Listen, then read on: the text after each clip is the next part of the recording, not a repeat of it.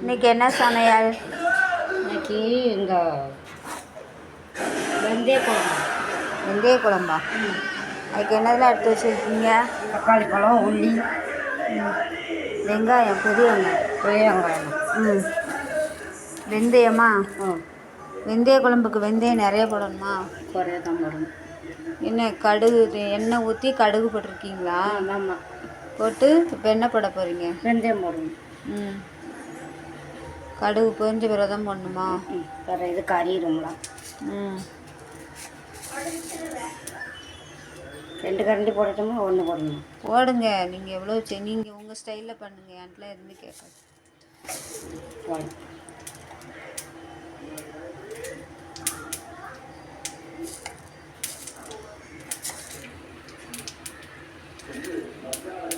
Okay ஓகேங்க. மேலே என்ன இன்னைக்கு அம்மா வெந்தய குழம்பு பண்ண போகிறாங்க. அதுக்காக எண்ணெய் சேர்த்து கடுகு வெந்தயம் போட்டிருக்காங்க. இன்றைக்கி மண் சட்டியில் தான் செய்ய போகிறாங்க. இது அம்மா ஸ்டைல். எனக்கு இது ரொம்ப பிடிச்ச குழம்பு. வாங்க நம்ம அம்மா எப்படி செய்கிறாங்கன்னு பார்க்கலாம். இதுக்கப்புறம் என்னம்மா? இந்த கருவேப்பிலை போட்டு உள்ளியை போட்டு 2வது தக்காளியை போடணும். போட்டு வசக்கணும். நம்ம வீட்டுக்கு வந்ததுக்கு பிறகு இன்றைக்கி தான் அம்மா முதல் முறையாக சமைக்கிறாங்க. அதுவும் முதல்ல நான் வெந்தய குழம்பு வச்சு கேட்டேன். அதனால் இன்றைக்கி சமைக்கிறாங்க. எனக்கு ரொம்ப பிடிச்ச குழம்பு வெந்தய குழம்பு. அதுவும் எங்கள் அம்மா கையால் வச்சு சாப்பிட்டா எனக்கு ரொம்ப பிடிக்கும்.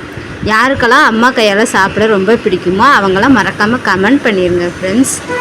நீ பாருங்கள், அம்மா இன்றைக்கி சூப்பராக செஞ்சாங்க. எனக்கு ரொம்ப ரொம்ப பிடிச்சிருந்தது. நல்லா சாப்பிட்டேன். வாங்க தொடர்ந்து பார்க்கலாம். வெங்காயம் போட்டாச்சா? இது நல்லா வதங்கணுமா? 2 தக்காளியும் எதுவும் வதக்கணும். ஃபஸ்ட்டு வெங்காயம் வதங்கிக்கணும் நல்லா. அவன் மாவில் வைக்க சொல்லிட்டேன் எங்கள் அடுத்தது.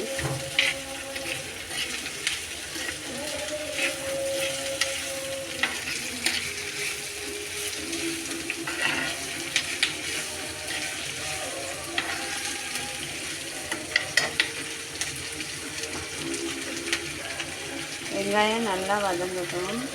இதுக்கப்புறம் நல்ல வெங்காயம் வதங்கின பிறகு தக்காளி பழம் போடணும்.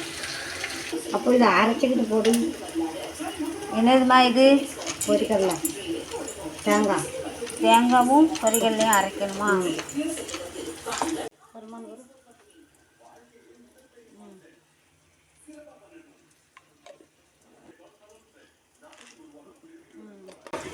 நம்ம வீட்டுக்கு முதல் முறையாக சமைக்கிறதுனால அம்மா என்கிட்ட கேட்டு ஒவ்வொன்றும் சமைச்சிட்டு இருந்தாங்க. இன்னும் வெங்காயம் வதங்கிட்டா? வெங்காயம் நல்லா வதங்கிட்டு இன்னும் கொஞ்சம் வதங்கணுமா?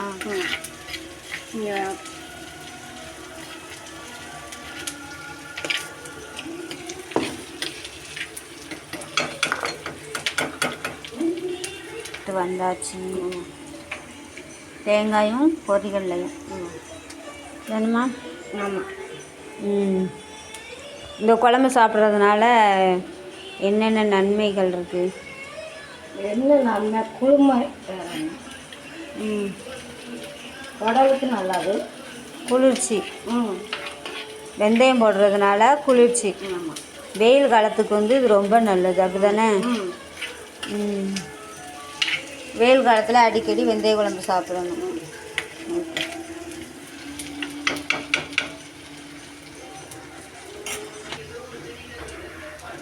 சரிம்மா, வெங்காயம் வெந்துட்டா?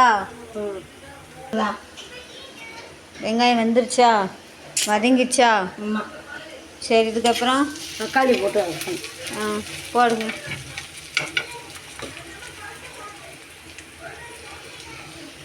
தக்காளி பழம் போட்டாச்சு.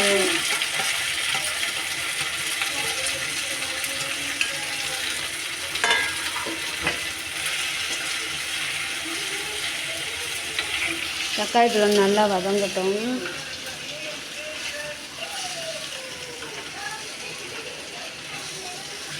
நேற்று தான் பார்த்தேன் இதை. முதல் முறையாக சமைக்கிறதுனால வீடியோ முன்னாடி அம்மாவுக்கு சரியாக பேச வரலை.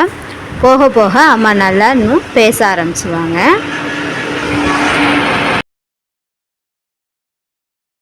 தக்காளி பழம் வதங்கிட்டு தக்காளி பழம் நல்லா வதங்கட்டும். நல்லா வசமாக நோட்டுக்காமல் போடணும். உப்பு போட்டால் தான் சீக்கிரம் வசங்க. தக்காளி பழம் வதங்கிறதுக்கு கொஞ்சமாக உப்பு போட்டுக்கலாம். உப்பு போட்டால் நல்லா சீக்கிரமாக வதங்குமா? ஆமாம். வெந்துருங்களா?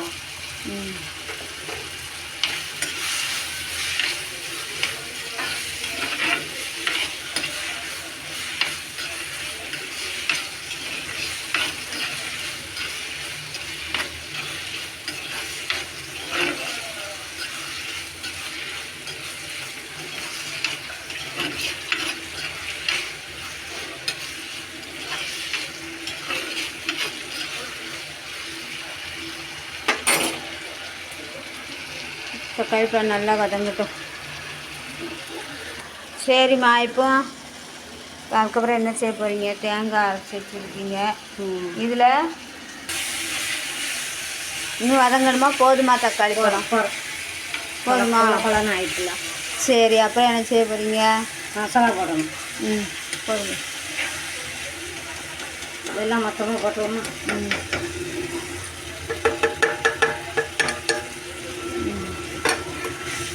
என்ன மசாலாலாம் போட்டிருக்கீங்க? என்ன பொடின்னு கேட்டப்போ சாம்பார் பொடி, புளிக்குழம்பு பொடின்னு ரொம்ப குழப்பிட்டே இருந்தாங்க. திருப்பி அவங்க சொன்னாங்க வந்து இந்த காயப்பொடி இவ்வளவும் சேர்த்துருக்கீங்களா? சேர்த்து நல்லா கிண்டிக்கணுமா எண்ணெயிலேயே?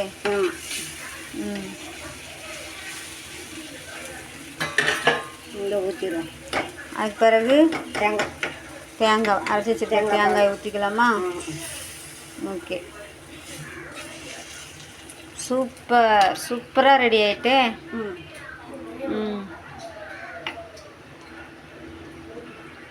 சூப்பராக ரெடி ஆயிடுச்சுமா. எனக்கு பிடிச்ச வெந்தய குழம்பு அம்மா சீக்கிரமாக ரெடி பண்ணிட்டாங்க. சூப்பராக ரெடி பண்ணிட்டாங்க.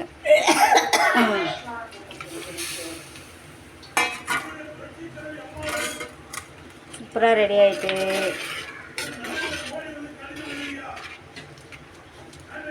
தண்ணி வேணால் இன்னும் கொஞ்சம் சேர்த்துக்கோங்க. வேண்டாம்னா இப்படி கட்டியாக வேணும்னா இதோட விட்டுருவோங்க. குழம்பு காணாது. எல்லோரும் சாப்பிடுங்களா? கொஞ்சம் தண்ணியாச்சும் தண்ணி ஊற்ற போகிறாங்க. ஆமாம்,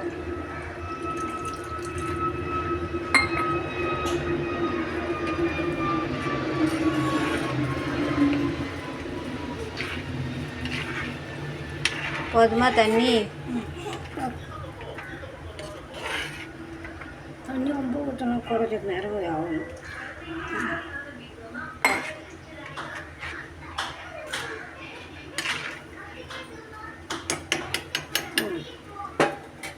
ஓகே, குழம்பு ரெடி ஆகிட்டுருக்கு. கொதிக்கட்டும் நல்லா.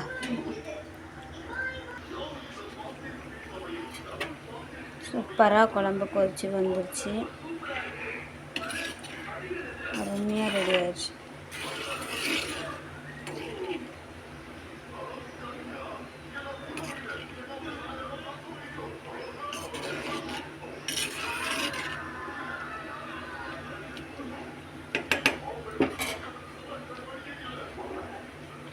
அதுக்கப்புறம் அப்படியே மல்லியில தூவி இறக்கிற வேண்டியதுதான். குழம்பு சூப்பராக ரெடி ஆயிடுச்சு. அடுப்பை ஆஃப் பண்ணிட்டேன். அடுப்பை ஆஃப் பண்ணது பிறகு கொதிக்குது. ஏன்னா மண் சட்டி அப்படிங்கிறதுனால அடுப்பை ஆஃப் பண்ண பிறகு ரொம்ப கொதிக்குது. நீங்கள் ரொம்ப நேரம் அடுப்பில் வச்சிட்டு இருக்காதீங்க, ஏன்னா ரொம்ப கெட்டியாயிரும். அதனால் டக்குன்னு அடுத்த அடுப்பில் அப்படியே மாற்றி வச்சுருங்க, இல்லைன்னா கீழே இறக்கி வச்சுருங்க.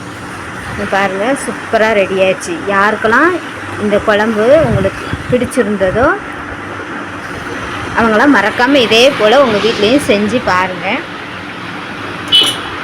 அதே போல் அம்மா கையால் யாருக்கெல்லாம் சாப்பிட பிடிக்குமோ அவங்க எல்லாருமே கமெண்ட் பண்ணுங்கள், சப்ஸ்கிரைப் பண்ணுங்கள், மறக்காமல் லைக் பண்ணுங்கள், நம்ம சேனலை ஷேர் பண்ணுங்கள். இன்றைக்கி யாரெல்லாம் அம்மா கையால் என்ன சமையல் செஞ்சு சாப்பிட்டீங்க அப்படிங்கிறதையும் கமெண்டில் சொல்லுங்கள் ஃப்ரெண்ட்ஸ்.